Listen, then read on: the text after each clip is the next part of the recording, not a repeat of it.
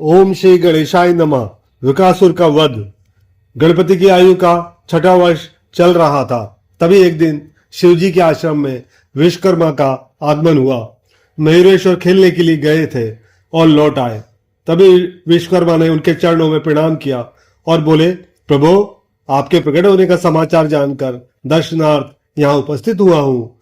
गणेश बोले, बड़ी कृपा की आपने, किंतु यह तो बताइए कि मेरे लिए उपहार क्या लाए हैं। विश्वकर्मा ने विनीत भाव से उत्तर दिया, यद्यपि आप चाचर नाथ के लिए मैं क्या उपहार दे सकता हूँ, तथापि सभी शत्रुओं के संग्रामार्थ तीक्ष्ण परशु, पाश, पद और अंकुश लाया हूँ जो प्रस्तुत है। वाह, कितना सुंदर उपहार है। यही तो चाहता था मैं।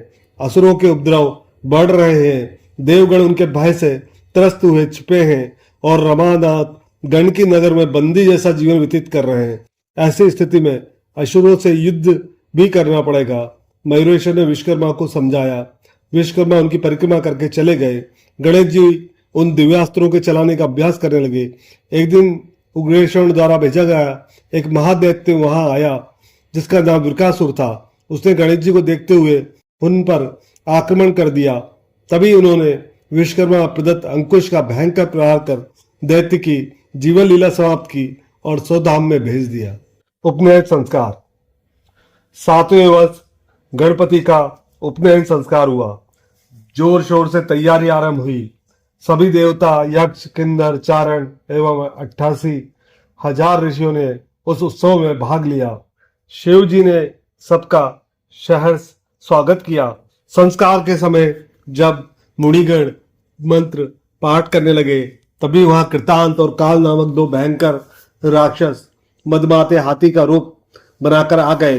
उन्होंने वहां उपद्रव आरंभ किया तो शिवगणों ने उन्हें रोका, किंतु वे शिवगणों को भी मारते मारते मंडप के निकट जा पहुंचे। उन्होंने स्तंभों में भी टक्कर मारकर गिराने की चेष्टा की तो भयभीत हुए मुनि कुमार, देवगण एवं ऋषि पत्नियां वहां से प्राण बचाकर भागे। उनका यह कौतुक देख बटु गणेश जी ने एक हाथी की सूंड पकड़कर उमेट डाली और फिर उस पर घोर मुष्टि प्रहार किया, जिससे पीड़ित होकर चित्कार करता हुआ वो हाथी तीव्रता से पीछे को मुड़ा कि तभी उसकी जोर की टक्कर अपने साथी दूसरे हाथी से हुई। उसके कारण दूसरा हाथी भी आहत हो गया। तब विनायक ने उस पर भी मुष्टि प्रहार किया, जिससे वो व्याकुल हो गया, किंतु गणेश जी ने उन्हें संभलने का अवसर ही नहीं दिया। वे उन पर प्रहार करते जा रहे थे, जिससे उनके अस्थि पंजर बिखर गए और वे प्राणहीन होकर धरती पर जा गिरे। यह देखकर सब आश्वस्त हुए और बालक के पराक्रम की प्रशंसा करने लगे। तदुपरांत मयूरेश्वर का विधिवत उपनयन संस्कार संपन्न हुआ। देवताओं, मुनियों आदि ने उन्हें अनेक प्रकार के अलंकार भेंट किए और फिर सब अपने अपने स्थानों को लौट गए। तदुपरांत उनका वेदाध्ययन आरंभ हुआ। गणेश के मुख से होने वाला सस्वर वेदगान सभी को मुग्ध करता था। पशु पक्षी आदि भी उसे सुनकर आनंदित होते थे।